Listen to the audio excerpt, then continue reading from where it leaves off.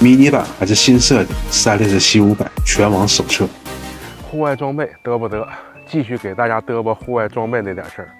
上个月呢，给大家介绍我的露营灯具，给无数人种草了西西1500系列，结实耐用，光线很足，然后电池又非常的耐用。但是我也一直在抱怨西1500，它太重了，而且体积很大。结果三立士就出了这么一个灯，西500。我们家女主把它叫做仔仔灯，她始终认为这是西1500下的一个崽儿，它俩真的是一模一样。西500首先的体积呢，大概只有这个西1500的1/4，厚度也只有一半，非常非常小，揣在兜里其实并不构成什么负担。它的重量呢非常轻，大概能有70-80克，我没有上秤去称。包装盒上的重量好像是78克吧，也不是多少。我给大家一会儿截个图，在保持有足够亮度以及相同的冷暖色温转换功能的前提下，缩小了体积。所以它没办法，它只能去缩小电池的容量。这个电池是1200毫安的电池，然后西1500呢是13500毫安，电池容量相差了10倍不止。所以这就造成了这个西500。我这次真的记得它是什么时候充的电了。经过我的几天使用下来呢，这款灯的亮度大概有西1500的1/3吧。它的实用亮度在第2档，可以照亮一个帐篷，一个你露营基本野餐的小营地，大概可以使用6个小时。西500呢有了一个很独特的设计，我原本以为这是一个收纳袋，我还好奇呢，我说收纳袋为什么设计成白色的，这样多容易脏啊？结果当我查阅说明书之后，我发现这个收纳袋是它的一个灯罩。只要这么用这个白色的收纳袋给它套上，就解决了它刺眼的问题，这也就变成了一个桌面灯，或者是一个放在桌子上的营地灯。怎么样？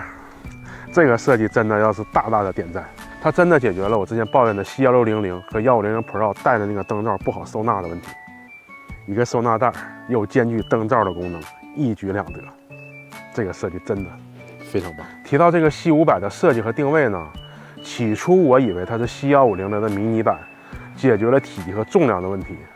但后来几天的使用下来，我发现不，我想错了，我误解了三立士的设计师。其实这是一款腰灯与背包灯，大家看看这款灯熟悉不熟悉？现在在主流的电商平台可能卖到9块9、19块9。这款灯的设计其实非常好，这是西欧 B 的灯板，它可以当营地灯用，然后有个挂扣，可以挂在背包的肩带上，后面还有吸铁石，同样也可以吸附在任何金属表面上。只是这种灯也面临一个问题，就是越用质量越不好。当它卖29块9的时候，电池挺耐用，机械都挺好。现在卖到9块9之后呢，就跟我之前介绍那个分体头灯一样，真的电池也不行了，亮度也不行了，质量也不行了。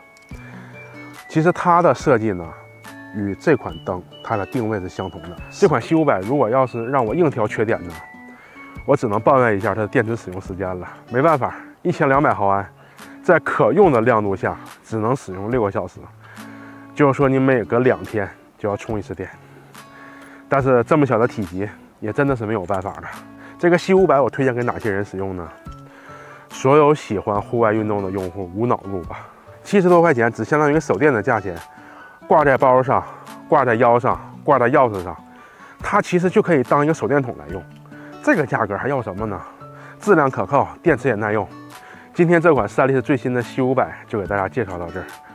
我争取打开我们家女主的装备库，然后为大家做一个败家娘们都买了啥系列。你看看她每个月都买了哪些没用的户外装备。我们下一期再见。我真的没恰饭三立士哦，这个灯真的好用。